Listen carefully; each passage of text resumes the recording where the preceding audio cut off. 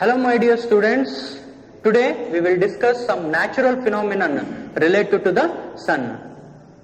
The interplay of the sun with the things in our day-to-day life around us, it gives several phenomena like the sky appears like a blue in color, the clouds are white in color, and during sunset and sunrise around the sun it appears like a reddish in color. Then what is the main reason behind it? ಯಾಕೆ son during sunset ಮತ್ತೆ Sunrise reddish colour ಕಾಣುತ್ತೆ, ಹಾಗೆ sky ಯಾಕೆ blue colour ಕಾಣುತ್ತೆ? ಓಕೆನಾ? So ಹಾಗೆ usually rainy season ಅಲ್ಲಿ ನಮಗೆ ತುಂಬಾ ಖುಷಿ ಆಗುತ್ತೆ. ಯಾಕೆ ಅಂತಂದ್ರೆ ರೈನ್ಬೋ ಕಾಣಿಸುತ್ತೆ ಅನ್ನೋದು ಒಂದು. ಹಾಗಾದ್ರೆ ಹೇಗೆ ರೈನ್ಬೋ ಫಾರ್ಮೇಶನ್ ಆಗುತ್ತೆ? ಓಕೆ, ಇದೆಲ್ಲದಕ್ಕೂ ಕೂಡ ನಮಗೆ ಸೈಂಟಿಫಿಕ್ ರೀಸನ್ ಇದೆ. ಆ ಸೈಂಟಿಫಿಕ್ ರೀಸನ್ ನಾವು ಒನ್ ಬೈ ಒನ್ ಡಿಸ್ಕಸ್ ಮಾಡ್ತಾ ಹೋಗೋಣ. ಸೊ ಅದರಲ್ಲಿ ಫಸ್ಟ್ ಒನ್ ರೈನ್ಬೋ. ಹಾಗಾದ್ರೆ ರೈನ್ಬೋ ಅಂದ್ರೆ ಏನು, ಅದು ಹೇಗೆ ಫಾರ್ಮ್ ಆಗುತ್ತೆ rainbow? So rainbow is nothing but it is the spectrum produced by the refraction, dispersion and internal reflection of the sunlight by the raindrops. So ಇಷ್ಟು phenomenons ಆಗುತ್ತೆ. Light ನ some phenomena ಯಾವ್ಯಾವುದು? Refraction ಆಗುತ್ತೆ, dispersion ಆಗುತ್ತೆ, ಮತ್ತೆ reflection ಆಗುತ್ತೆ. ಈ ಎಲ್ಲಾ ಕಾಂಬಿನೇಷನ್ ಆಗಿ ನಮಗೆ ಏನಾಗುತ್ತೆ? ರೈನ್ಬೋ ಫಾರ್ಮೇಶನ್ ಆಗುತ್ತೆ. ಓಕೆ, ಸೊ ಹಾಗಾದ್ರೆ ಎಲ್ಲಾ ಕಂಡೀಷನ್ ಅಲ್ಲೂ ಕೂಡ ರೈನ್ಬೋ ಫಾರ್ಮೇಶನ್ ಆಗುತ್ತಾ? ಎಲ್ಲಾ ಸಿಚುವೇಶನ್ ಅಲ್ಲೂ ಕೂಡ ರೈನ್ಬೋ ಫಾರ್ಮೇಶನ್ ಆಗುತ್ತಾ? ನೋ. ಸೊ ಅದಕ್ಕೆ ಸಮ್ ಕಂಡೀಷನ್ಸ್ ಇದೆ. ಏನು ಅಂತಂದ್ರೆ, rainbow is observed during the rainfall or after the rainfall. So, and second condition is the back of the observer must be towards the sun. Andre, for example, here is a person. This is the back portion of the person observer. Okay, this is sun. ಇಲ್ಲಿ rain fall ಆಗ್ತಾ ಇರಬೇಕು. Okay, ಇಲ್ಲಿ rain fall ಆಗ್ತಾ ಇದ್ರೆ ನಮಗೆ ಏನಾಗುತ್ತೆ? ಇಲ್ಲಿ common bill ಕಾಣಿಸುತ್ತೆ ಅಥವಾ ರೈನ್ಬೋ ಫಾರ್ಮೇಶನ್ ಆಗುತ್ತೆ. ಅಂದ್ರೆ ಸಪೋಸ್ ಅಸ್ಯೂಮ್ ಇದು ಅಬ್ಸರ್ವರ್ ಅಂತ ಅನ್ಕೊಳ್ಳಿ, ಇದು back portion of the observer, ಇಲ್ಲಿ ಸನ್ ಇರ್ತಾನೆ. ಓಕೆ, ಸನ್ ಇರ್ತಾನೆ. ಇಲ್ಲಿ ಏನಾಗ್ತಾ ಇರ್ಬೇಕು ಅಂದ್ರೆ ರೈನ್ ಫಾಲ್ ಆಗ್ತಾ ಇರ್ಬೇಕು. ಆವಾಗ ಮಾತ್ರ ನಮಗೆ ಏನಾಗುತ್ತೆ ಅಂದ್ರೆ ರೈನ್ಬೋ ಫಾರ್ಮೇಶನ್ ಆಗುತ್ತೆ. ಅಂದ್ರೆ ಒಂದು ಈಸ್ಟರ್ನ್ ಹಾರಿಸನ್ ಹತ್ರ ಇರ್ಬೇಕು, ಇನ್ನೊಂದು ಆಪೋಸಿಟ್ ಡೈರೆಕ್ಷನ್ ಅಂದ್ರೆ ವೆಸ್ಟರ್ನ್ ಹಾರಿಸನ್ ಹತ್ರ ಇರ್ಬೇಕು. ಅಂದ್ರೆ ರೈನ್ ಫಾಲ್ ಆಗ್ತಿರೋದು ಈಸ್ಟರ್ನ್ ಹಾರಿಸನ್ ನಲ್ಲಿ ಇತ್ತು ಅಂತಂದ್ರೆ ಸನ್ ಯಾವ ಡೈರೆಕ್ಷನ್ ಅಲ್ಲಿ ಇರಬೇಕು?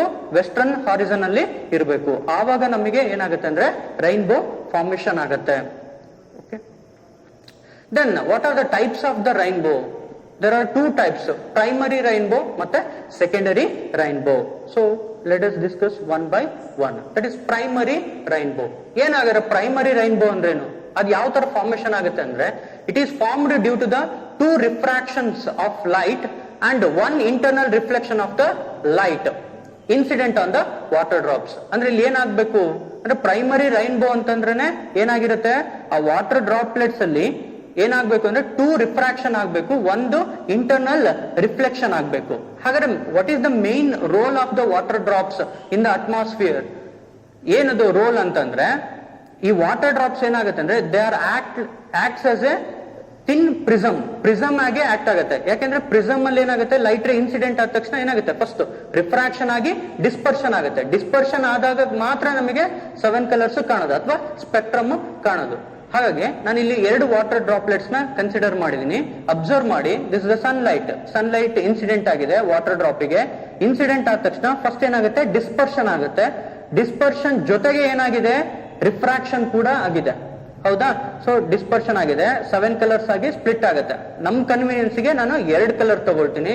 ಒಂದು ವೈಲೆಟ್ ಕಲರ್, ಇನ್ನೊಂದು ರೆಡ್ ಕಲರ್. ಅಂದ್ರೆ ಟಾಪ್ ಮೋಸ್ಟ್ ಮತ್ತೆ ಬಾಟಮ್ ಕಲರ್ಸ್ ನ ತಗೊಂಡಿದ್ದೀನಿ. ಓಕೆ, ಸೊ ಇಲ್ಲೇನಾಗುತ್ತೆ? ರಿಫ್ರಾಕ್ಷನ್ ಆಗಿದೆ. ರಿಫ್ರಾಕ್ಷನ್ ಆದ ತಕ್ಷಣ ಎಗೈನ್ ಮತ್ತೆ ಏನಾಗಿದೆ? ರಿಫ್ಲೆಕ್ಷನ್ ಆಗಿದೆ. ಎಗೈನ್ ಮತ್ತೆ ಏನಾಗುತ್ತೆ? ರಿಫ್ರಾಕ್ಷನ್ ಆಗುತ್ತೆ. ಹಾಗಾದ್ರೆ ಎಷ್ಟು ರಿಫ್ರಾಕ್ಷನ್? 2 ರಿಫ್ರಾಕ್ಷನ್. ಇಲ್ಲಿ ಒಂದು ರಿಫ್ರಾಕ್ಷನ್ ಮತ್ತೆ ಇಲ್ಲಿ ಒಂದು refraction. Okay, one internal reflection. See here, ಇದು ಇನ್ಸಿಡೆಂಟ್ ಆಗಿದೆ. ಅದೇ ಮೀಡಿಯಾದಲ್ಲಿ ಅಂದ್ರೆ ವಾಟರ್ ಡ್ರಾಪ್ಲೆಟ್ ಒಳಗಡೆನೆ ಏನಾಗಿದೆ?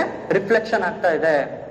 ಓಕೆ, ಸೊ ಹಾಗಾದ್ರೆ 2 ರಿಫ್ರಾಕ್ಷನ್ ಮತ್ತೆ 1 ಇಂಟರ್ನಲ್ ರಿಫ್ಲೆಕ್ಷನ್ ಆದಾಗ ನಮಗೇನ್ ಫಾರ್ಮ್ ಆಗುತ್ತಲ್ಲ, ಅದು ಆ ರೈನ್ಬೋನ ನಾವೇನಂತ ಕರಿತೀವಿ ಅಂದ್ರೆ ಪ್ರೈಮರಿ ರೈನ್ಬೋ ಅಂತ ಕರಿತೀವಿ.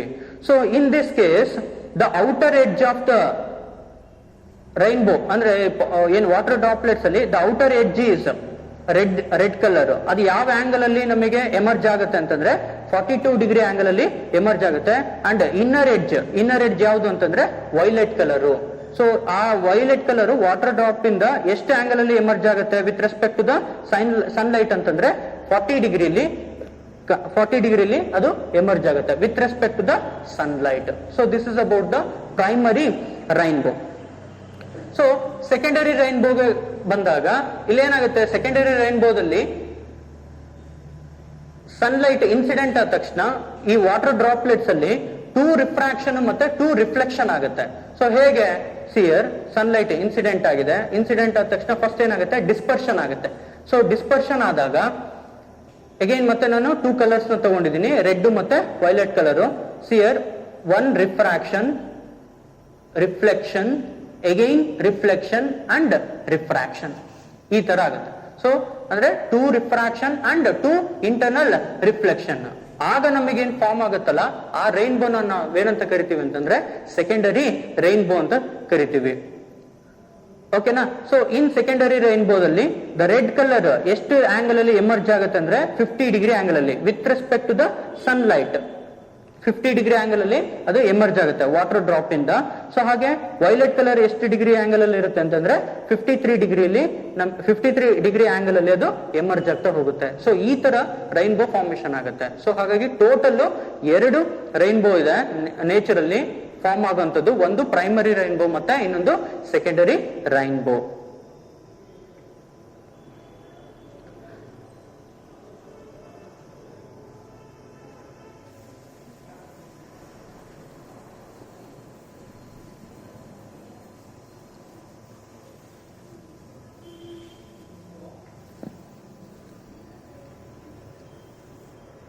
So the next phenomenon is called as scattering of light. ಏನದು ಸ್ಕ್ಯಾಟರಿಂಗ್ ಆಫ್ ಲೈಟ್ ಅಂತಂದ್ರೆ, so it is the phenomenon of absorption of light and reemission of light by the particles of the optical media. ಅಂದ್ರೆ sun ಅಂತ ಅನ್ಕೊಳ್ಳಿ, atmosphere ಅಲ್ಲಿ ಏನಾಗಿರುತ್ತೆ ಅಂದ್ರೆ some dust particles ಗಳಿರುತ್ತೆ. ಇದೆಲ್ಲ ಏನು ಅಟ್ಮಾಸ್ಫಿಯರ್ ಅಲ್ಲಿ ಇರುವಂತ ಡಸ್ಟ್ ಪಾರ್ಟಿಕಲ್ ಅಂತ ಅನ್ಕೊಳ್ಳಿ. ಸನ್ಲೈಟ್ ಅಂದ್ರೆ ಸನ್ ರೇಸ್ ಇನ್ಸಿಡೆಂಟ್ ಆದ ತಕ್ಷಣ ಏನಾಗುತ್ತೆ, ಫಸ್ಟ್ ಈ ಡಸ್ಟ್ ಪಾರ್ಟಿಕಲ್ ಏನ್ ಮಾಡುತ್ತೆ ಅಂದ್ರೆ ಫಸ್ಟ್ ಲೈಟ್ ಅನ್ನ ಅಬ್ಸಾರ್ವ್ ಮಾಡ್ಕೊಳ್ಳುತ್ತೆ. ಅಬ್ಸಾರ್ವ್ ಮಾಡಿ ನೆಕ್ಸ್ಟ್ ಏನ್ ಮಾಡುತ್ತೆ, ರೀಟ್ರಾನ್ಸ್ಮಿಟ್ ಮಾಡುತ್ತೆ. ಎಲ್ಲಾ ಡೈರೆಕ್ಷನ್ ಅಲ್ಲೂ ಕೂಡ ಏನ್ ಮಾಡುತ್ತೆ, ರೀಟ್ರಾನ್ಸ್ಮಿಟ್ ಮಾಡುತ್ತೆ. ಈ ಫಿನಾಮಿನನ್ ನಾವೇನಂತ ಕರಿತೀವಿ ಅಂದ್ರೆ ಸ್ಕ್ಯಾಟರಿಂಗ್ ಆಫ್ ಲೈಟ್. ಅಂದ್ರೆ it is the phenomenon of absorption of the sunlight and retransmit the sunlight again. That phenomenon we call it as a scattering of light. Example ಯಾವುದು ಅಂತಂದ್ರೆ ರೇಲೆ ಸ್ಕ್ಯಾಟರಿಂಗ್ ಮತ್ತೆ ರಾಮನ್ ಸ್ಕ್ಯಾಟರಿಂಗ್. ರಾಮನ್ ಸ್ಕ್ಯಾಟರಿಂಗ್ ಅಂತಂದ್ರೆ ಆ Raman scattering ನಾವು ಎಲ್ಲಿ observe ಮಾಡಬಹುದು ಅಂದ್ರೆ ಲಿಕ್ವಿಡ್ಸ್ ಅಲ್ಲಿ ನಾವು ಅಬ್ಸರ್ವ್ ಮಾಡಬಹುದು. ಅದನ್ನ ಹೇಳಿದ್ ಯಾರು ಅಂತ, ಅದು ಪ್ರಪೋಸ್ ಮಾಡಿದ್ ಯಾರು ಅಂತಂದ್ರೆ ಸರ್ ಸಿ ವಿ ರಾಮನ್. ಅವರಿಗೆ ನೊಬೆಲ್ ಪ್ರೈಸ್ ಕೂಡ ಬಂದಿದೆ ಅದಕ್ಕೆ. ಸೊ ಇನ್ನೊಂದು ರೇಲೆ ಸ್ಕ್ಯಾಟರಿಂಗ್, ಅದನ್ನ ನಾವು ನೆಕ್ಸ್ಟ್ ಡಿಸ್ಕಸ್ ಮಾಡೋಣ. ಇಲ್ಲಿ ಒಂದು ಅಬ್ಸರ್ವ್ ಮಾಡಬಹುದು ಏನು ಅಂತಂದ್ರೆ, ಅಂದ್ರೆ ಸನ್ನಿಂದ ಬರುವಂತ ಎಲ್ಲಾ ಲೈಟ್ ರೇಡಿಯೇಷನ್ ಕೂಡ ಎಲ್ಲಾ ಪಾರ್ಟಿಕಲ್ಸ್ ಸ್ಕ್ಯಾಟರ್ ಮಾಡುತ್ತಾ? ನೋ. ಫಾರ್ ಎಕ್ಸಾಂಪಲ್,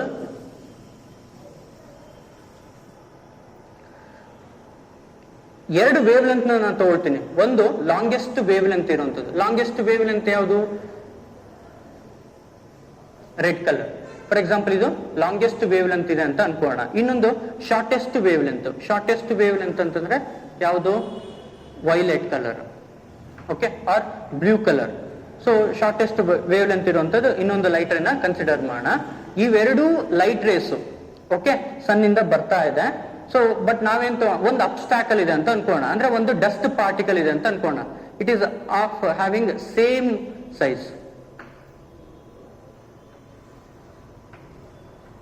ಸೈಜ್ ಇದೆ ಅಂತ ಅನ್ಕೊಳ್ಳಿ. ಏನಾಗುತ್ತೆ ಆಕ್ಚುಲಿ, ಈಗ ಲಾಂಗೆಸ್ಟ್ ವೇವ್ ಲೆಂತ್ ಇರುವಂತ ಲೈಟ್ ರೇ ಇನ್ಸಿಡೆಂಟ್ ಆದ ತಕ್ಷಣ, ಈ ಡಸ್ಟ್ ಪಾರ್ಟಿಕಲ್ ಹತ್ರ ಬಂದ ತಕ್ಷಣ ಏನಾಗುತ್ತೆ, actually it pass over it. ಅಂದ್ರೆ ಈ ಅಬ್ಸ್ಟ್ಯಾಕಲ್ ನ ಏನ್ ಮಾಡುತ್ತೆ, ಆ ಡಸ್ಟ್ ಪಾರ್ಟಿಕಲ್ ನ ಪಾಸ್ ಮಾಡ್ಕೊಂಡು ಹೋಗ್ಬೋದು. ಓಕೆನಾ? ಹಾಗಾದ್ರೆ ಇಲ್ಲಿ ರಿಫ್ರಾಕ್ಷನ್ ಅಂದ್ರೆ ಇಲ್ಲಿ ಸ್ಕ್ಯಾಟರಿಂಗ್ ಆಗಿದಾನ? ನೋ, ಸ್ಕ್ಯಾಟರಿಂಗ್ ಆಗಿಲ್ಲ. ಯಾಕೆಂದ್ರೆ ಅಬ್ಸರ್ವ್ ಮಾಡಿಲ್ಲ, ಹಾಗೆ ಮಾಡ್ಕೊಂಡಿಲ್ಲ, ಹಾಗೆ ಮತ್ತೆ ರೀಟ್ರಾನ್ಸ್ಮಿಷನ್ ಕೂಡ ಆಗಿಲ್ಲ ಇಲ್ಲಿ. ಸೊ ಇಲ್ಲಿ ಸ್ಕ್ಯಾಟರಿಂಗ್ ನಾವು ಅಬ್ಸರ್ವ್ ಮಾಡೋದಕ್ಕೆ ಆಗೋದಿಲ್ಲ. ಇಲ್ಲಿ ಸ್ಕ್ಯಾಟರಿಂಗ್ ಆದ್ರೂ ಕೂಡ ತುಂಬಾ ಸ್ಮಾಲ್ ಅಮೌಂಟ್ ಅಲ್ಲಿ ಸ್ಕ್ಯಾಟರಿಂಗ್ ಆಗಿರುತ್ತೆ. ಬಟ್ ಅದನ್ನೇ ನಾವು ಶಾರ್ಟೆಸ್ಟ್ ವೇವ್ ಲೆಂತ್ ತಗೊಂಡ್ರೆ, for example violet colour shortest wave length ತಗೊಂಡ್ರೆ ಇಲ್ಲೇನಾಗುತ್ತೆ, ಲೈಟ್ ರೇ ಇನ್ಸಿಡೆಂಟ್ ಆದ ತಕ್ಷಣ ಫಸ್ಟ್ ಏನಾಗುತ್ತೆ, ಅಬ್ಸರ್ವ್ ಮಾಡ್ಕೊಳ್ಳುತ್ತೆ. ಈ ಡಸ್ಟ್ ಪಾರ್ಟಿಕಲ್ ಅಬ್ಸರ್ವ್ ಮಾಡ್ಕೊಳ್ಳುತ್ತೆ. ಅಬ್ಸರ್ವ್ ಮಾಡ್ಕೊಂಡು ಎಲ್ಲಾ ಡೈರೆಕ್ಷನ್ ಅಲ್ಲೂ ಕೂಡ ಏನ್ ಮಾಡುತ್ತೆ, ಆ ಲೈಟ್ ರೇನ ಎಮಿಟ್ ಮಾಡುತ್ತೆ, ರೀಟ್ರಾನ್ಸ್ಮಿಟ್ ಮಾಡುತ್ತೆ, ಹೀಗೆ. ಓಕೆನಾ? So this is about the scattering of light. Then what is Rayleigh scattering of light? Rayleigh scattering ಅಂತಂದ್ರೆ ಏನು ಅಂತಂದ್ರೆ, according to him the intensity of the scattered light, ನಾವೇನಂತ ಕರಿತೀವಿ, ಇದನ್ನ ಸ್ಕ್ಯಾಟರ್ಡ್ ಲೈಟ್ ಅಂತ, ಸ್ಕ್ಯಾಟರ್ಡ್ ಲೈಟ್ ಅಂತ ಕರಿತೀವಿ. ಅಂದ್ರೆ ಇನ್ಸಿಡೆಂಟ್ ಆಗಿ ರೀಟ್ರಾನ್ಸ್ಮಿಟ್ ಆಗಿರುವಂತ ಲೈಟ್, ಅದನ್ನ ನಾವು ಸ್ಕ್ಯಾಟರ್ಡ್ ಲೈಟ್ ಅಂತ ಕರಿತೀವಿ. ಈ ಸ್ಕ್ಯಾಟರ್ಡ್ ಲೈಟ್ ಗೆ ಒಂದು ಇಂಟೆನ್ಸಿಟಿ ಇರುತ್ತೆ. ಆ intensity that is nothing but the intensity of the scattered light is inversely proportional to the fourth power of the wavelength. ಇದು ರಿಲೇಷನ್ ಯಾರ ಪ್ರಕಾರ? ರೇಲೆ ಪ್ರಕಾರ. ಓಕೆ, ರೇಲೆ ಅನ್ನೋನು is a scientist. So the intensity of the scattered light is inversely proportional to the fourth power of the wave length. ಅಂದ್ರೆ wave length ಜಾಸ್ತಿ ಇದ್ದಷ್ಟು scattering ತುಂಬಾ ಕಡಿಮೆ ಇರುತ್ತೆ, ಲೀಸ್ಟ್ ಸ್ಕ್ಯಾಟರ್ಡ್ ಆಗುತ್ತೆ. ಫಾರ್ ಎಕ್ಸಾಂಪಲ್ ನಾನು ಅವಾಗಲೇ ಹೇಳಿದೆ, ಲಾಂಗೆಸ್ಟ್ ವೇವ್ ಲೆಂತ್ ಯಾವುದು? ರೆಡ್ ಕಲರ್ ಇನ್ಸಿಡೆಂಟ್ ಆಗಿದೆ ನೋಡಿ, ಇಲ್ಲಿ ಡಸ್ಟ್ ಪಾರ್ಟಿಕಲ್ ಇದೆ, ಬಟ್ ಏನಾಗ್ತಾ ಇದೆ, ಪಾಸ್ ಓವರ್ ಆಗಿದೆ, ಹಾಗಾದ್ರೆ ಸ್ಕ್ಯಾಟರಿಂಗ್ ಆಗಿಲ್ಲ ಇಲ್ಲಿ. ಸೊ ಅದನ್ನೇ ನಾನು ವೈಲೆಟ್ ಕಲರ್ ತಗೊಂಡ್ರೆ ಏನಾಗುತ್ತೆ, ಇನ್ಸಿಡೆಂಟ್ ಆಗುತ್ತೆ, ಅಬ್ಸರ್ವ್ ಆಗುತ್ತೆ, ಮತ್ತೆ ಸ್ಕ್ಯಾಟರಿಂಗ್ ಆಗ್ತಾ ಹೋಗುತ್ತೆ, ಅಂದ್ರೆ ರೀಟ್ರಾನ್ಸ್ಮಿಟ್ ಆಗ್ತಾ ಹೋಗುತ್ತೆ. ಸೊ ಹಾಗಾಗಿ ವೇವ್ ಲೆಂತ್ ಜಾಸ್ತಿ ಇದ್ದಷ್ಟು ಸ್ಕ್ಯಾಟರಿಂಗು ತುಂಬಾ ಕಡಿಮೆ ಆಗುತ್ತೆ, ವೇವ್ ಲೆಂತ್ ಕಡಿಮೆ ಇದ್ದಷ್ಟು ಸ್ಕ್ಯಾಟರಿಂಗು ಜಾಸ್ತಿ ಆಗ್ತಾ ಹೋಗುತ್ತೆ. This is about the scattering of light.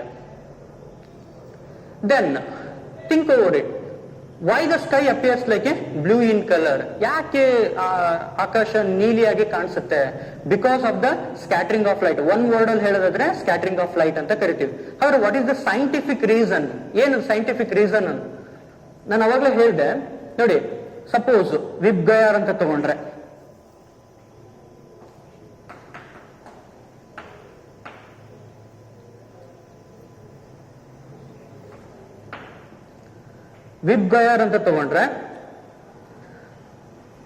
ಇದು shortest wave length.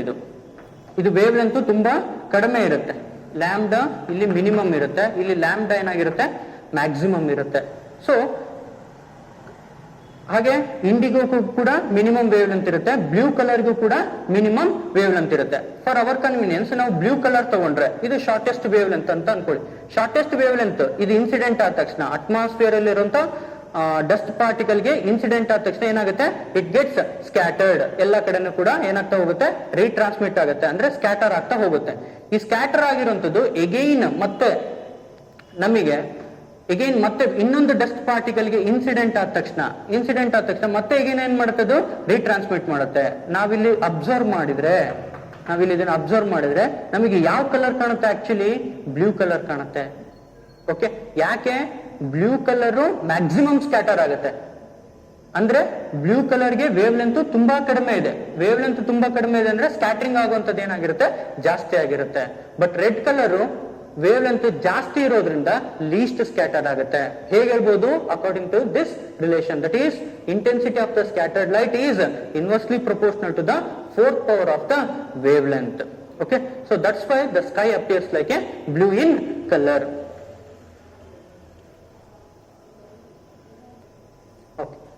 Then one more phenomenon, that is why the sun appears reddish during sunrise and sunset. ನಾವು ಅಬ್ಸರ್ವ್ ಮಾಡಿರ್ತೀವಿ ಈವ್ನಿಂಗ್ ಟೈಮು ಮತ್ತೆ ಅಂದ್ರೆ ಸನ್ರೈಸು ಮತ್ತೆ ಸನ್ಸೆಟ್ ಆಗ್ಬೇಕಾದ್ರೆ ಸೂರ್ಯನ ಸುತ್ತ ಅಂದ್ರೆ ಸನ್ ಸುತ್ತ ಏನಾಗ್ತಾ ಇರುತ್ತೆ ಅಂದ್ರೆ ರೆಡ್ಡಿಶ್ ಕಲರ್ ಕಾಣ್ತಾ ಇರುತ್ತೆ. ಯಾಕೆ ಅಂತಂದ್ರೆ ಡ್ಯೂರಿಂಗ್ ಸನ್ಸೆಟ್ ಮತ್ತೆ ಸನ್ರೈಸು ಆ ಲೈಟ್ ರೇಸ್ ಏನ್ ಬರುತ್ತಲ್ಲ ಅದು ತುಂಬಾ ಲಾಂಗೆಸ್ಟ್ ಡಿಸ್ಟೆನ್ಸ್ ಇಂದ ಬರುತ್ತೆ. ಓಕೆ, ಫಾರ್ ಎಕ್ಸಾಂಪಲ್ ಇದು ಸನ್ ಅಂತ ಅನ್ಕೊಳ್ಳಿ, ನಾವಿಲ್ಲಿ ಅಬ್ಸರ್ವ್ ಮಾಡ್ತಾ ಇದೀವಿ ಅಂತ ಅನ್ಕೋಣ. ಓಕೆ, ಇಲ್ಲಿ ಅಬ್ಸರ್ವ್ ಮಾಡ್ತಾ ಇದೀವಿ. ಸನ್ ರೇಸು ಅಂದ್ರೆ ಆಫ್ಟರ್ನೂನ್ ಸೆಷನ್ ಆಗಿದ್ರೆ ಯೂಶಲಿ ಸನ್ ಏನಾಗಿರುತ್ತೆ, ಅಪ್ಪರ್ ಸೈಡ್ ಇರುತ್ತೆ. ಓಕೆ, ಇದು shortest distance. But evening time ಅಂದ್ರೆ ಮಾರ್ನಿಂಗ್, ಅರ್ಲಿ ಮಾರ್ನಿಂಗ್ ಮತ್ತೆ ಈವ್ನಿಂಗ್ ಟೈಮ್ ಏನಾಗಿರುತ್ತೆ ಅಂದ್ರೆ ಲಾಂಗೆಸ್ಟ್ ಡಿಸ್ಟೆನ್ಸ್ ಇಂದ ಏನಾಗಬೇಕು, ರೇಸ್ಗಳು ಬರ್ತಾ ಇರುತ್ತೆ, ಸನ್ ರೇಸು ಬರ್ತಾ ಇರುತ್ತೆ. ಅಬ್ಸರ್ವ್ ಮಾಡಿ, ಈಗ ಲಾಂಗೆಸ್ಟ್ ಡಿಸ್ಟೆನ್ಸ್ ಇಂದ ರೇಸ್ ಬರ್ತಾ ಇರಬೇಕಾದ್ರೆ shortest wave length according to the Rayleigh scattering I is inversely proportional to the fourth power of the wave length. ಹಾಗಾದ್ರೆ ಶಾರ್ಟೆಸ್ಟ್ ವೇವ್ ಲೆಂತ್ ಯಾವ್ದಿದೆ, ಶಾರ್ಟೆಸ್ಟ್ ವೇವ್ ಲೆಂತ್ ಯಾವುದು, ಬ್ಲೂ ಕಲರ್ ಅಂತ ಅನ್ಕೊಳ್ಳೋಣ. So ಈ blue colour maximum scatter ಆಗುತ್ತೆ. Okay, ಇಲ್ಲಿ dust particles ಇದಾವೆ, ಹೌದಾ, ಇಲ್ಲಿ ಡಸ್ಟ್ ಪಾರ್ಟಿಕಲ್, ಈ ಡಸ್ಟ್ ಪಾರ್ಟಿಕಲ್ ಗೆ ಲೈಟ್ ರೇ ಇನ್ಸಿಡೆಂಟ್ ಆದ ತಕ್ಷಣ ಏನಾಗುತ್ತೆ, ಸ್ಕ್ಯಾಟರಿಂಗ್ ಆಗ್ತಿದೆ. ಓಕೆ, ಇಲ್ಲೂ ಕೂಡ ಅಷ್ಟೇ, ಇನ್ಸಿಡೆಂಟ್ ಆದ ತಕ್ಷಣ ಏನಾಗುತ್ತೆ, ಸ್ಕ್ಯಾಟರಿಂಗ್ ಆಗ್ತಾ ಹೋಗುತ್ತೆ, ಹೌದಾ. ಸ್ಕ್ಯಾಟರಿಂಗ್ ಆಗುತ್ತೆ, ಬಟ್ ಏನಾಗುತ್ತೆ, ಆ ಸ್ಕ್ಯಾಟರಿಂಗ್ ಆದ ತಕ್ಷಣ it is not in the line of sight. ಅಂದ್ರೆ ನಾವೀಗ ಫಾರ್ ಎಕ್ಸಾಂಪಲ್ ಒಂದು ಅಬ್ಸರ್ವ್ ಮಾಡ್ತಾ ಇದೀವಿ ಅಂತ ಅನ್ಕೊಳ್ಳೋಣ. So this is the line of sight, ಇದು ಲೈನ್ ಆಫ್ ಸೈಟ್ ಅಂತ ಅನ್ಕೊಳ್ಳಿ, ನನಗೆ ಕಾಣಿಸ್ತಾ ಇರೋದು. Okay, during sunset and sunrise, ಇದನ್ನ ನಾವು ಲೈನ್ ಆಫ್ ಸೈಟ್ ಅಂತ ಅನ್ಕೊಳ್ಳೋಣ. ಸೊ ಇಲ್ಲಿ ನೋಡಿ, ಈಗ ಏನಾಗ್ತಾ ಇದೆ, ಇಲ್ಲಿ ಸ್ಕ್ಯಾಟರಿಂಗ್ ಆಗ್ತಾ ಇದೆ, ಅವೇ ಫ್ರಮ್ ಆಗ್ತಾ ಇದೆ. ಓಕೆ, ಅಂದ್ರೆ line with in the line of site ಇಲ್ಲ, ಅದು ಯಾವುದು, ಬ್ಲೂ ಕಲರ್. ಹಾಗಾಗಿ ನಮಗೆ ಅದು ಬ್ಲೂ ಕಲರ್ ಕಾಣಿಸಲ್ಲ during sunset and Sunrise. But ಏನಾಗುತ್ತೆ, ರೆಡ್, ಇಲ್ಲಿ ಎಗೈನ್ ಈ ಡಸ್ಟ್ ಪಾರ್ಟಿಕಲ್ಸ್ ಗೆ ಲಾಂಗೆಸ್ಟ್ ವೇವ್ ಲೆಂತ್ ಇರುವಂತದ್ದು ಯಾವುದು, red colour. Red colour incident ಆದ ತಕ್ಷಣ ಎಗೈನ್ ಸ್ಕ್ಯಾಟರ್ ಆಗುತ್ತೆ. ಬಟ್ ಯಾವ ತರ ಸ್ಕ್ಯಾಟರ್ ಆಗುತ್ತೆ ಅಂದ್ರೆ ಲೀಸ್ಟ್ ಸ್ಕ್ಯಾಟರ್ಡ್ ಆಗುತ್ತೆ, ಲೀಸ್ಟ್ ಸ್ಕ್ಯಾಟರ್ಡ್ ಆಗುತ್ತೆ.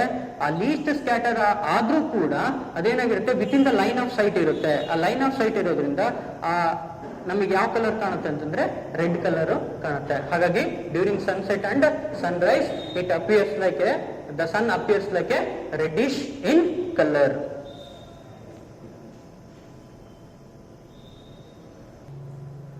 ಸೊ ಈ ಒಂದು ನಾವು ಅಬ್ಸರ್ವ್ ಮಾಡಬಹುದು ವಿಬ್ ಗೈರ್ ಅಲ್ಲಿ, ಅಂದ್ರೆ ಸ್ಪೆಕ್ಟ್ರಮ್ ಅಲ್ಲಿ violet colour shortest wave length ಇದೆ, ಓಕೆನಾ, but red colour longest wave length ಇದೆ. ಹಾಗಾದ್ರೆ ನಮಗೆ ಸ್ಕೈ ಬ್ಲೂ ಕಲರ್ ಅಂದ್ರೆ ವೈಲೆಟ್ ಕಲರ್ ಕಾಣಿಸ್ಬೇಕಿತ್ತು. ಬ್ಲೂ ಕಲರ್ ಯಾಕೆ ಕಾಣಿಸುತ್ತೆ ಅಂತಂದ್ರೆ because our human eye, blue colour ಕೂಡ shortest wave length compare to blue color shortest wavelength, and our human eye is very sensitive to the blue color. That's why the sun appears, the sky appears like a blue in color. So the next part is refraction through curved surface. In that, in the last classes ನಾವೆಲ್ಲ previous classes ಅಲ್ಲಿ ಏನು ಮಾಡಿದ್ವಿ ಅಂತಂದ್ರೆ refraction through plane surface ನಾವು discuss ಮಾಡಿದ್ವಿ. ಈ session ಅಲ್ಲಿ ಏನ್ ಡಿಸ್ಕಸ್ ಮಾಡೋಣ ಅಂತಂದ್ರೆ ರಿಫ್ರಾಕ್ಷನ್ ಥ್ರೂ ಕರ್ವ್ಡ್ ಸರ್ಫೇಸ್ ಅಥವಾ ಸ್ಪೆರಿಕಲ್ ಸರ್ಫೇಸ್ ಅಲ್ಲಿ ಯಾವ ತರ ರಿಫ್ರಾಕ್ಷನ್ ಆಗುತ್ತೆ ಅನ್ನೋದನ್ನ ಡಿಸ್ಕಸ್ ಮಾಡ್ತಾ ಹೋಗೋಣ. Okay, so in this there is a derivation, that is relation connecting between n, u, v and r. N stands for refractive index, u stands for object distance, v stands for image distance and r stands for radius of curvature.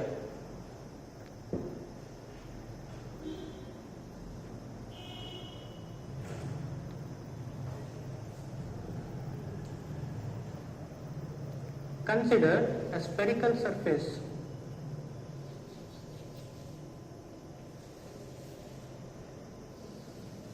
ಇದು ಒಂದು spherical surface ಅನ್ನ consider ಮಾಡೋಣ. curved surface or spherical surface. This is principal axis. XY is the spherical surface which separates the two media. The first media having refractive index n1 and the second media having refractive index n2. This is the principal axis. On the object na idana, it is a luminous point object. In point object inda light rays emit ಆಗುತ್ತೆ, ಅಂದ್ರೆ incident ಆಯ್ತು ಅಂತ ಅನ್ಕೋಣ. ಯಾವ surface ಗೆ, XY surface ಗೆ incident ಆದ ತಕ್ಷಣ first ನಾವೇನ್ ಬರ್ಕೋಬೇಕು, ನಾರ್ಮಲ್ ಲೈನ್ ನ ಬರಿಬೇಕು. This is nothing but here center of curvature.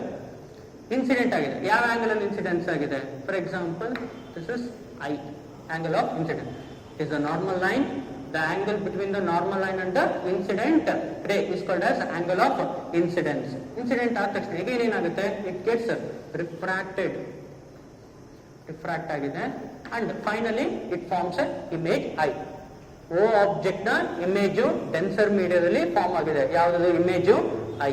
Okay, let us assume for a small assume the small angles alpha at O, beta at I and gamma at C. This is angle of refraction R. This is P, pole, optical center. P ಇಂದ ಹೋಗಿರುವಂತ distance ಅನ್ನು ನಾವು object distance ಅಂತ ಕರಿತೀವಿ, that is U. P ಇಂದ C ಗಿರುವಂತ distance ಅನ್ನು ನಾವು R ಅಂತ ಕರಿತೀವಿ, ರೇಡಿಯಸ್ ಆಫ್ ಕರ್ವೇಚರ್. ಹಾಗೆ P ಇಂದ I ಗಿರುವಂತ ಡಿಸ್ಟೆನ್ಸ್ ಯಾವುದದು, image distance, that is B. Okay, so ನಾವು ಅಪ್ಲೈ ಸ್ನೆಲ್ಸ್ ಲಾ. ಏನ್ ಹೇಳುತ್ತೆ ಸ್ನೆಲ್ಸ್ ಲಾ? N1 sin I is equal to N2 sin R. So this is the equation 1. For paraxial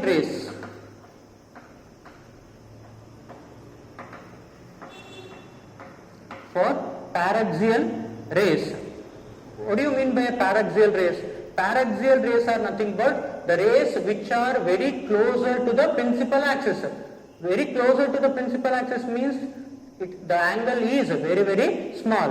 For that, for paraxial rays, the angle sin I, it is almost equal to I, and sin R is almost equal to R. Therefore, equation 1 becomes N1I is equal to N2R. So this is the equation 2. ಇಲ್ಲಿ ನಾವು ಮತ್ತೆ again ಏನ್ find out ಮಾಡ್ಕೋಬೇಕು, I ಮತ್ತೆ R ನ find out ಮಾಡಬೇಕು. ಇಲ್ಲಿ diagram, ray diagram ಅಲ್ಲಿ ನಾವು ಅಬ್ಸರ್ವ್ ಮಾಡಿದ್ರೆ ಐ ಮತ್ತೆ ಆರು, ಇದು ಐ ಇದು ಒಂದು ಎಕ್ಸ್ಟೀರಿಯರ್ ಆಂಗಲ್ ಆಗಿರುತ್ತೆ, ಇಲ್ಲಿ ಆರು ಇಂಟೀರಿಯರ್ ಆಂಗಲ್ ಇರುತ್ತೆ. ಹಾಗೆ ಗಾಮಾ ಅಂತ ಏನ್ ತಗೊಂಡಿದೀವಲ್ಲ ಇದು ಎಕ್ಸ್ಟೀರಿಯರ್ ಆಂಗಲ್. ಓಕೆ, ಸೊ ನಮಗೊಂದು ರೂಲ್ಸ್ ಗೊತ್ತಿದೆ, ಏನು ಅಂತಂದ್ರೆ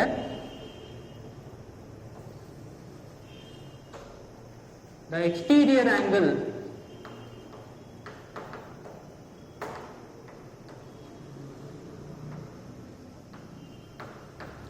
is equal to sum of interior opposite angle.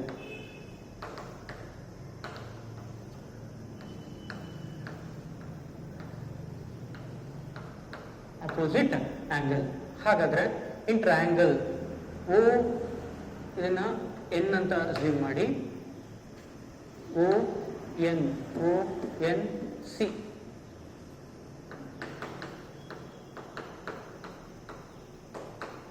ONC exterior angle ಯಾವುದಿದು, exterior angle I is equal to n, interior, sum of interior angle alpha plus gamma. Okay na? So similarly in triangle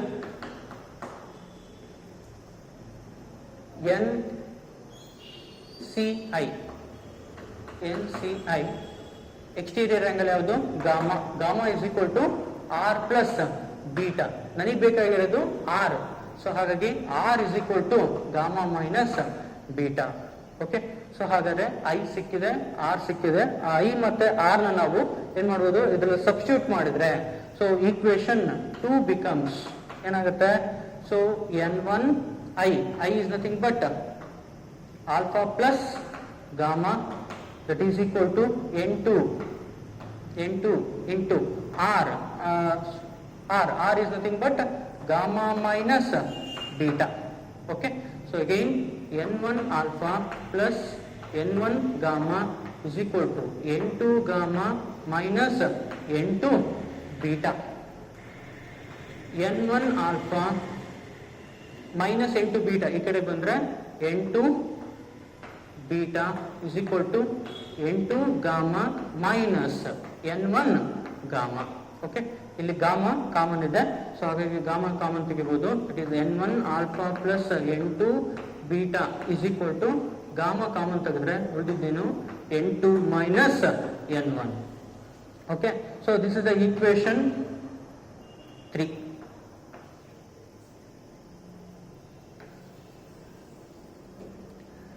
ಈಗ ನಮಗೆ again ನಮಗೆ ಏನ್ ಬೇಕು, I ಗೊತ್ತಾಗಿದೆ, R ಗೊತ್ತಾಗಿದೆ, alpha ಮತ್ತೆ beta ಬೇಕು. Okay, alpha ಮತ್ತೆ ಬೀಟಾನ ನಾವು ಟ್ರಯಾಂಗಲ್ ಅಲ್ಲಿ ನಾವು ಫೈಂಡ್ ಔಟ್ ಮಾಡಬಹುದು. ಅಬ್ಸರ್ವ್ ಮಾಡಿ, again for paraxial race,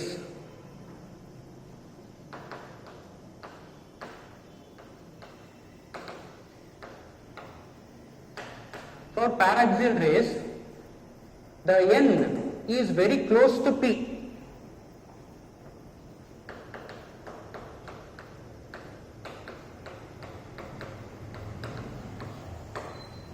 n p ಗೆ ತುಂಬಾ ಕ್ಲೋಸ್ ಇರೋದ್ರಿಂದ so np acts as a straight line.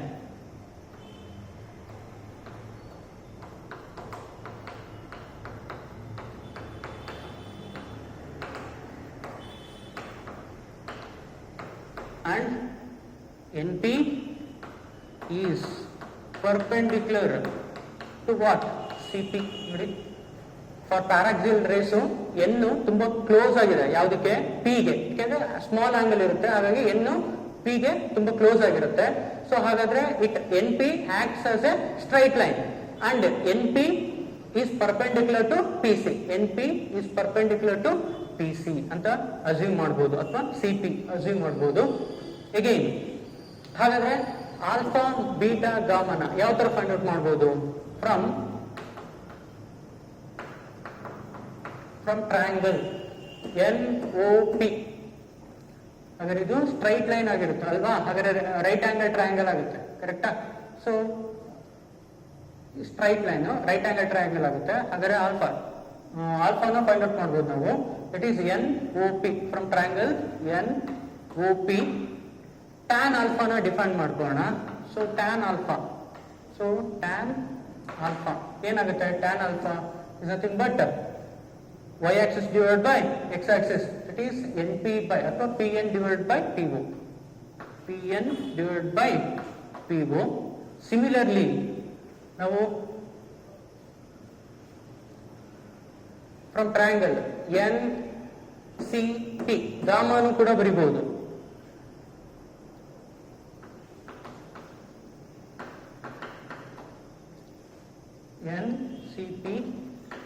NCP tan gamma is equal to Pn divided by Pc. Similarly, from triangle NIC, tan beta is equal to NP ಅಥವಾ PN divided by PI ಆಗಿರುತ್ತೆ. ಓಕೆನಾ? Again for small angle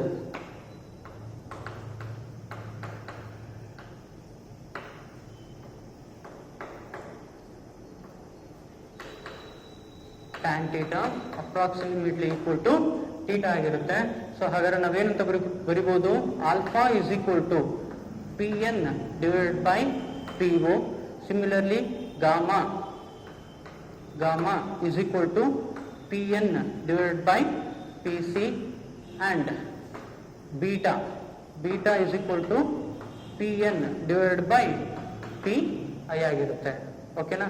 so ಹಾಗಾದ್ರೆ ಇದನ್ನ substitute ಮಾಡಿದ್ರೆ equation 3 ಅಲ್ಲಿ substitute ಮಾಡಿದ್ರೆ equation 3 becomes n1 alpha n1 into alpha ಅಂತಂದ್ರೆ Pn divided by PO plus N2 beta ಅಂತಂದ್ರೆ again Pn divided by Pi is equal to gamma ಅಂತಂದ್ರೆ Pn divided by Pc into N2 minus N1 ಆಗಿರುತ್ತೆ. again ಇಲ್ಲಿ whole divided by Pn ಮಾಡ್ಕೊಂಡ್ರೆ Pn cancel ಆಗಿಬಿಡುತ್ತೆ. So N1 divided by PO plus N2 divided by Pi is equal to n2 minus n1 divided by pc. Okay, from sign convention ನೋಡಿ ನಮಗೆ n1 refractive index ಸಿಕ್ಕಿದೆ. ಇವಾಗ PO, PI ಮತ್ತೆ PC. PO is nothing but object distance. According to the sign convention, PO ಏನಾಗಿರುತ್ತೆ minus u, because all the distances are measured from the pole. Okay, now will distance and the distances are taken negative against the incident light ray. Okay, light ray ಹೀಗೆ incident ಆಗ್ತಾ ಇದೆ, ನಾವು distance ನ measure ಮಾಡ್ತಿರೋದು against the incident ray. So ಹಾಗಾಗಿ u ಏನಾಗಿರುತ್ತೆ negative. So from sign convention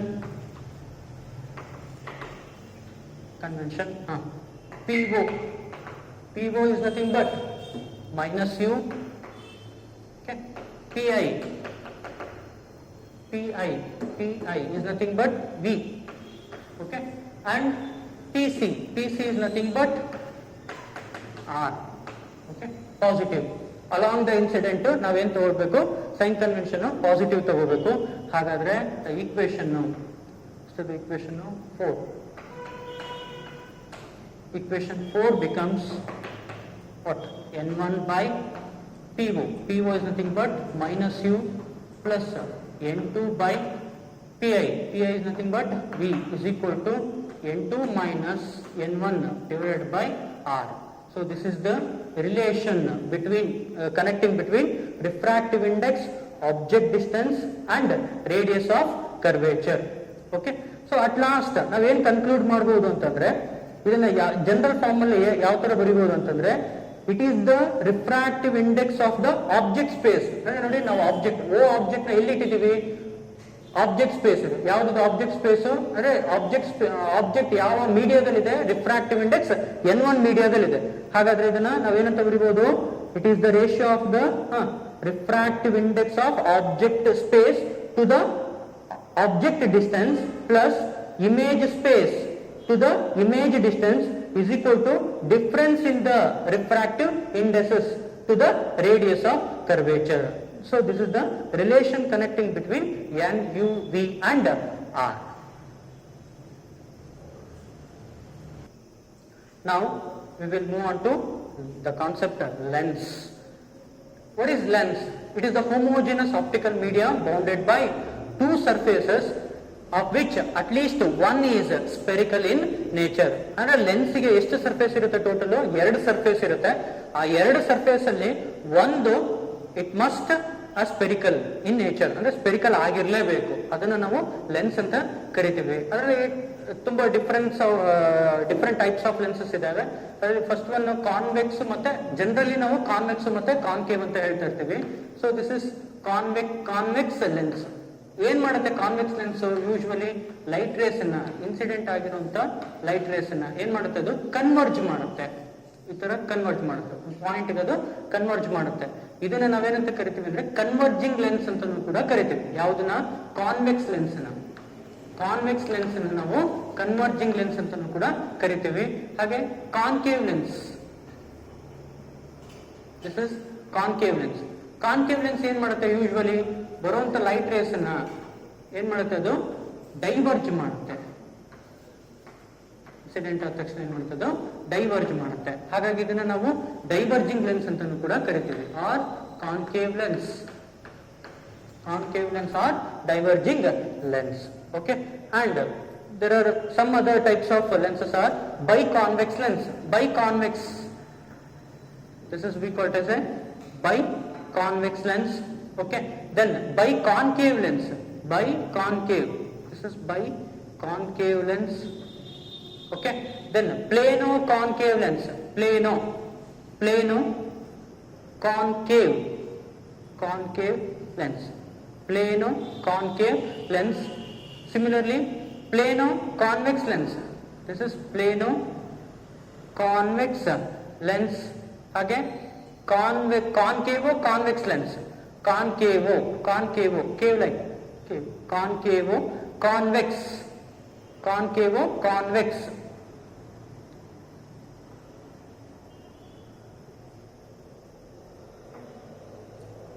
Concavo convex. lens.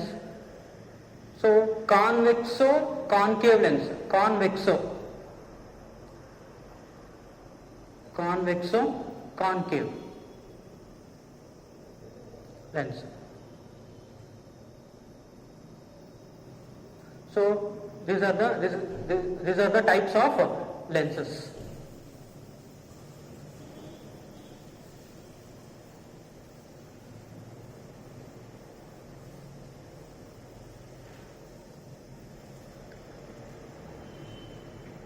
Then convex lens already discussed ಆಗಿದೆ. Then principal focus, ಏನದು principal focus ಅಂತಂದ್ರೆ, ಫಾರ್ ಎಕ್ಸಾಂಪಲ್ ಇದು ಕಾನ್ವೆಕ್ಸ್ ಲೆನ್ಸ್ ಅಂತ ಅನ್ಕೋಣ, ಇದು ಕಾನ್ಕೇವ್ ಲೆನ್ಸ್. ಏನಾಗುತ್ತೆ, principal axis, when a narrow parallel beam of lights incident or falls on the convex lens after refraction, it converges. ಏನಾಗುತ್ತೆ, light rays ಏನಾಗುತ್ತೆ, converge ಆಗುತ್ತೆ ಯಾವುದೊಂದು ಪಾಯಿಂಟ್ ಅಲ್ಲಿ. ಓಕೆ, ಸೊ ಇದನ್ನ ನಾವೇನಂತ ಕರಿತೀವಿ ಅಂದ್ರೆ ಪ್ರಿನ್ಸಿಪಲ್ ಫೋಕಸ್ ಅಂತ ಕರಿತೀವಿ. ಓಕೆನಾ. So narrow parallel beam of light trace after refraction from the lens it converges. Okay, ಯಾವ ಲೆನ್ಸ್ ಅಲ್ಲಿ, ಕಾನ್ವೆಕ್ಸ್ ಲೆನ್ಸ್ ಅಲ್ಲಿ ಕನ್ವರ್ಜ್ ಆಗುತ್ತೆ. ಎಲ್ಲಿ ಕನ್ವರ್ಜ್ ಆಗುತ್ತೆ ಅಂದ್ರೆ on the principal Axis.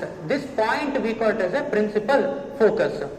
In case of concave lens ಅಲ್ಲಿ ಏನಾಗುತ್ತೆ, light rays, parallel beam of light rays incident ಆದ ತಕ್ಷಣ ಆಕ್ಚುಲಿ ಏನಾಗುತ್ತೆ, ಅದು ಡೈವರ್ಜ್ ಆಗುತ್ತೆ. ಬಟ್ ಇದನ್ನ ನಾವು ಎಕ್ಸ್ಟೆಂಡ್ ಮಾಡ್ಕೊಂಡ್ರೆ ಬ್ಯಾಕ್ವರ್ಡ್ ಅಲ್ಲಿ, this point we call it as a principal focus. ಆದ್ರೆ ಇಲ್ಲೇನಾಯ್ತು, ಪ್ರಿನ್ಸಿಪಲ್ ಫೋಕಸ್ ಇಂದ ಲೈಟ್ ರೇಸ್ ಏನಾಗ್ತಾ ಇದೆ, ಇದು appears to be diverge.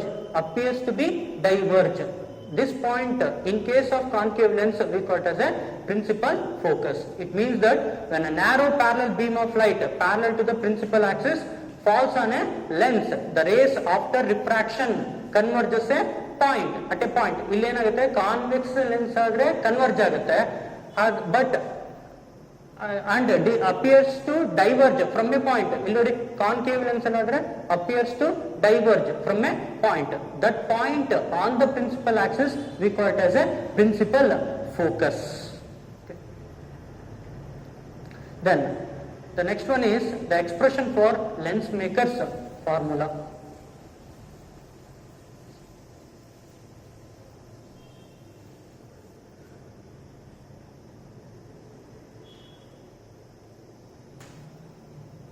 Okay.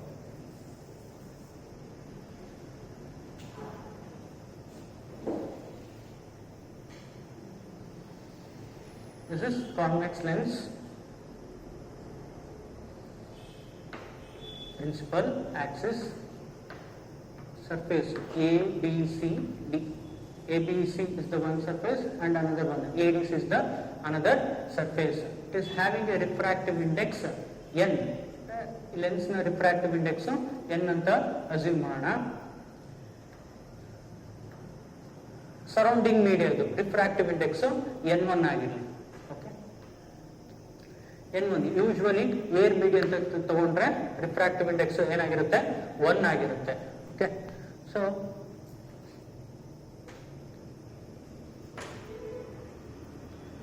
Assume ಮಾಡಿ, this is the point object O.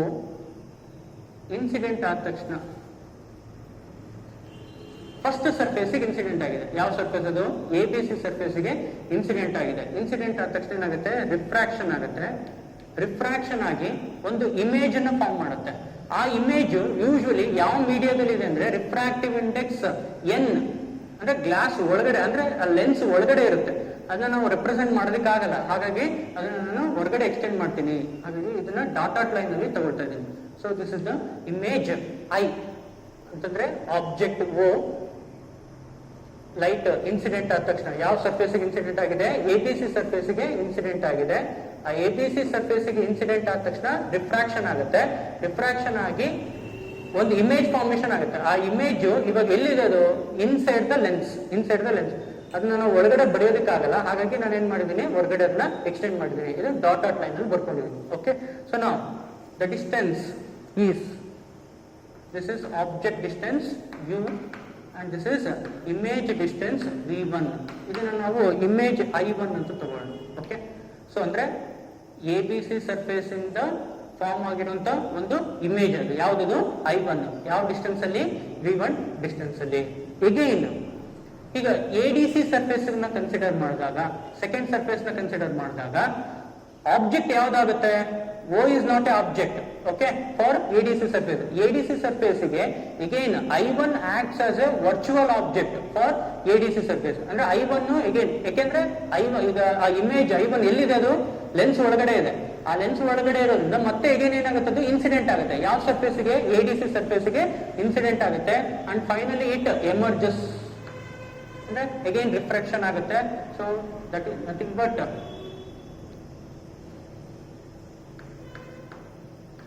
final image is I with a distance v. Okay, so this is the diagram for lens makers formula. ಇದನ್ನ one by one ಅರ್ಥ ಮಾಡ್ಕೊತಾ ಹೋಗೋಣ. Generally we know that in the last class ಅಲ್ಲಿ ನಾವು ಅದನ್ನ discuss ಮಾಡಿದ್ವಿ. General formula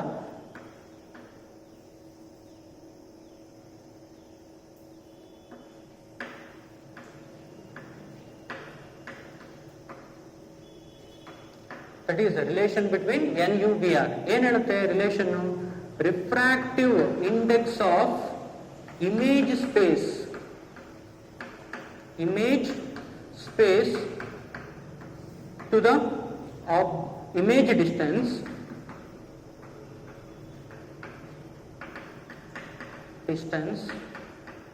plus refractive index of the object space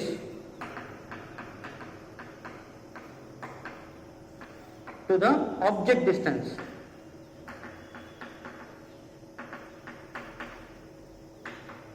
is equal to difference in refractive index to the radius of curvature. ಇದನ್ನ assume ಮಾಡಿ equation 1 ಅಂತ assume ಮಾಡೋಣ. Okay,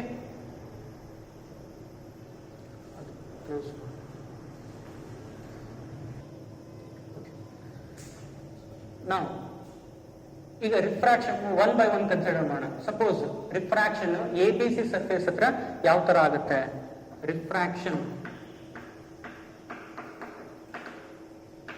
at ABC surface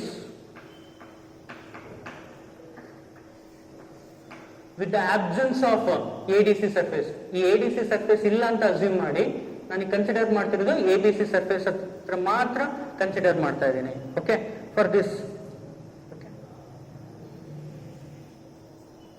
ABC surface ABC.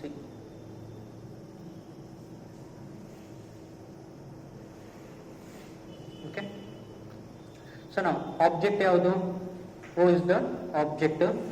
Incident ಆಯ್ತು, incident ಆದ ತಕ್ಷಣ ಏನಾಗುತ್ತೆ, refract ಆಗುತ್ತೆ. So this is the normal line and image formation ಆಗಿದೆ. ಯಾವ್ದು image I1 is the image. ಇದು ಆಬ್ಜೆಕ್ಟ್ ಸ್ಪೇಸ್. ಆಬ್ಜೆಕ್ಟ್ ಸ್ಪೇಸ್ ಯಾವುದು, N1 is the object space. ಇದ್ರದ್ದು ವ್ಯಾಲ್ಯೂ ಎಷ್ಟಿರುತ್ತೆ, 1 ಇರುತ್ತೆ. ಓಕೆ, ಸೊ ಇದು image space.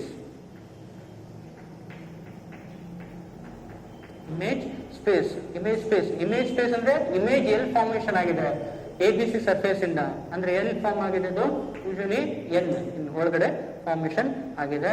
So this is radius of curvature, the object distance ಇದು U, ಇದು radius of curvature R1 and image that is V1, image I1.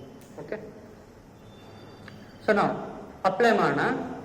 Equation 1 ಏನಾಗುತ್ತೆ ಹಾಗಾದ್ರೆ, equation 1 becomes refractive index of the image space. Okay, ಎಲ್ಲಿದೆ ಹಾಗಾದ್ರೆ ABC surface ಇಂದ form ಆಗಿರುವಂತ image ಎಲ್ಲಿದೆ, I1 ಎಲ್ಲಿದೆ ಅಂತಂದ್ರೆ ಯಾವ ಸರ್ಫೇಸ್ ಅದು, ಅಂದ್ರೆ ಯಾವ ಮೀಡಿಯಾದಲ್ಲಿದೆ, N media. Okay, refractive index of the image space is nothing but N divided by, okay, image distance ಯಾವುದು v1 okay plus refractive index of the object space. Object ಎಲ್ಲಿದೆ? n1 ಮೀಡಿಯಾದಲ್ಲಿ, ಅದರ ವ್ಯಾಲ್ಯೂ ಎಷ್ಟು? 1. So 1 divided by object distance ಯಾವುದು? u, against incident light ray ಆಗಿರೋದ್ರಿಂದ minus u is equal to difference in refractive index, that is n minus 1 divided by r1. Okay, so again n divided by v1 minus 1 by u is equal to n minus 1 divided by r1. So this is the equation 2. Okay, so this is the refraction at ABC surface. Again, refraction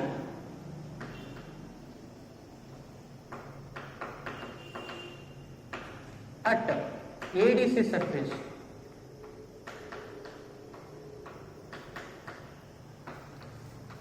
Okay, ಏನಾಗುತ್ತೆ ADC surface ಗೆ? again ನೋಡಿ,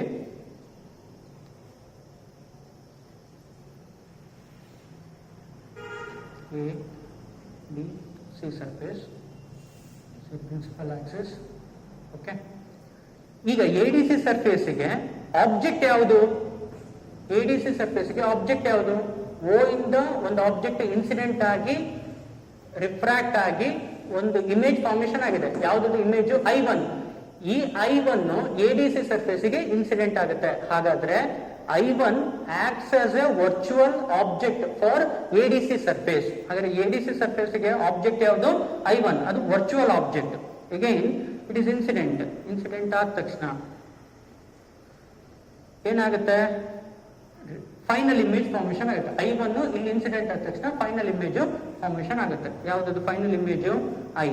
ಯಾವ distance ಅಲ್ಲಿ form ಆಗುತ್ತೆ? With distance v. Okay, but we know that I1 ಎಲ್ಲಿದೆ? Inside ಇದೆ, ಇಲ್ಲಿದೆ. Okay, ಅದನ್ನ ರೆಪ್ರೆಸೆಂಟ್ ಮಾಡೋದಕ್ಕೆ ಆಗಲ್ಲ. ಹಾಗಾಗಿ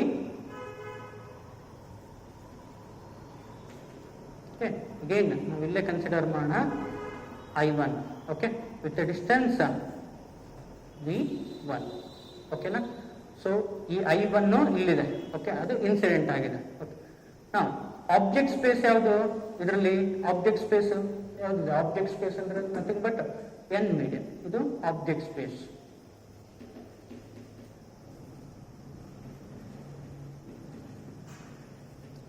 ಇಮೇಜ್ ಸ್ಪೇಸ್ ಫೈನಲ್ ಬಂದಿರುವಂತ ಇಮೇಜ್, ಇದು ಇಮೇಜ್ ಸ್ಪೇಸ್ ಆಗುತ್ತೆ. ಯಾವುದು? ಇಮೇಜ್ ಸ್ಪೇಸ್ n ಆಗಿರುತ್ತೆ. ಓಕೆನಾ? ಸೊ ನಾವು ಈಗ ಅಗೈನ್ ಅಪ್ಲೈ ಮಾಡಿ, ಯಾವುದು? From 1 become for refraction at ADC surface. ನಾವೀಗ ಇಕ್ವೇಶನ್ 1 ಗೆ ಸಬ್ಸ್ಟಿಟ್ಯೂಟ್ ಮಾಡಿದ್ರೆ ADC ಸರ್ಫೇಸ್ ನ ವ್ಯಾಲ್ಯೂಸ್ ನ ಏನಾಗುತ್ತೆ? First one, refractive index of the image space ಎಲ್ಲಿದೆ? n. ಓಕೆ, ಸೊ ಅಂದ್ರೆ final image n divided by image distance ಯಾವುದು? v. Okay, then plus refractive index of the object space. Object ಎಲ್ಲಿದೆ? Object space ಯಾವುದು? ಇಲ್ಲಿದೆ. ಹೌದಾ? ಯಾವುದು? n divided by ಅಂದ್ರೆ image space. ಇದು ಆಕ್ಚುಲಿ ಏನಾಗುತ್ತೆ? n ಇಸ್ ಈಕ್ವಲ್ ಟು 1 ಅಲ್ವಾ? ಸೊ ಹಾಗಾಗಿ 1 divided by v plus refractive index of the object space, that is n divided by object distance ಯಾವುದು? v1. ಬಟ್ ಯಾವ ಕಡೆಯಿಂದ ಇನ್ಸಿಡೆಂಟ್ ಆಗಿದೆ? ಈ ಕಡೆ ಒಳಗಡೆ ಇದಲ್ವಾ? ಇಲ್ಲಿಂದ ಇನ್ಸಿಡೆಂಟ್ ಆಗುತ್ತೆ. ನಾವು ಆಪ್ಟಿಕಲ್ ಸೆಂಟರ್ ಇಂದ ನಾವು ಡಿಸ್ಟೆನ್ಸ್ ನ ಮೆಜರ್ ಮಾಡಬೇಕು. ಎಗೇನೆಸ್ಟ್ ಇನ್ಸಿಡೆಂಟ್ ಆಗಿರೋದ್ರಿಂದ ಇದನ್ನ ಮೈನಸ್ v1 ಅಂತ ಕನ್ಸಿಡರ್ ಮಾಡ್ತೀವಿ. Again difference in refractive index, that is n minus 1 divided by minus r2. ಈ ಕಡೆಗಿದೆ ರೇಡಿಯಸ್ ಆಫ್ ಕರ್ವೇಚರ್, ಈ ಕಡೆಗಿರೋದ್ರಿಂದ ಎಗೇನೆಸ್ಟ್ ಇನ್ಸಿಡೆಂಟ್, ಹಾಗಾಗಿ ಮೈನಸ್ ತಗೊಳ್ತೀವಿ. Okay, so this is again solve ಮಾಡ್ಕೊಂಡ್ರೆ 1 by v minus n divided by v1 is equal to n minus 1 divided by minus r2. So this is equation 3. Again, equation 2 ಮತ್ತೆ 3 ನ add ಮಾಡೋಣ. 2 plus 3ನ add ಮಾಡಿದ್ರೆ ಏನಾಗುತ್ತೆ? So n divide by V1 minus 1 by U plus 1 by V minus n divide by V1 is equal to direct add ಮಾಡಿದ್ರೆ n minus